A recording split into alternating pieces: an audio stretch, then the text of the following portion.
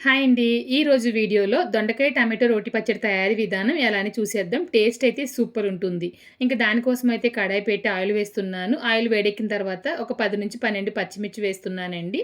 కొంచెంగా సాల్ట్ కూడా వేశాను. పచ్చిమిర్చి పండువి కూడా వేస్తే టేస్ట్ ఇంకా బావుంటుందనమాట. పచ్చిమిర్చి వేగిన తర్వాత పావు కిలో దొండకాయ ముక్కలు, కొంచెంగా జీలకర్ర వేసి హై ఫ్లేమ్‌లో పెట్టి బాగా ఫ్రై చేయాలి. సాల్ట్ సరిపోతుంది. మళ్ళీ వేయాల్సిన అవసరం లేదు. దొండకాయ ముక్కలు సగం వరకే వేగాలనమాట. వేగిన తర్వాత ఒక ప్లేట్‌లోకైతే తీసేస్తున్నాను. మళ్ళీ అదే కడాయిలో ఇంకొంచెం నూనె వేశాను. వేసి ఒక గుప్పెడు కొత్తిమీర వేశాను. ఒక 3-4 టమాటోలు, 4 వెల్లుల్లి రేకలు, కొంచెంగా పసుపు వేస్తున్నాను. కొంచెంగా చింతపండు వేస్తున్నాను. ఇది కూడా బాగా ఫ్రై చేయాలి మెత్తగా మగ్గే వరకు.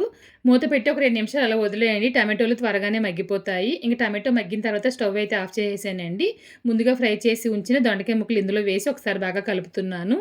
ఇలా చేసినప్పుడు అన్నీ సమానంగా నలుగుతాయనమాట. మీరు కావాలితే కచ్చాపచ్చగా కూడా రుబ్బుకోవచ్చు. మీరు రోలు ఉంటే గనక రోట్లోనే దంచుకోండి. నేను ఉదయం పూట హడావిడిగా వంట చేస్తాను గాబట్టి మిక్సీలోనే చేస్తున్నాననమాట. ఇంక చల్లారిన తర్వాత మిక్సీ జార్‌లోకి తీసి మెత్తగా అయితే ఈ విధంగా గ్రైండ్ చేశానండి. వాటర్ అయితే ఏమీ వేయలేదు. దొండకాయలోను వాటర్ ఉంటుంది. టమాటోలో వాటర్ ఉంటుంది గాబట్టి అదే సరిపోతుందనమాట. ఇంక పచ్చడి తయారైపోయింది గదా! మీకు కావాలనుకుంటే గనక పోపు వేసుకోవచ్చు. నేనైతే పోపు వేయలేదు.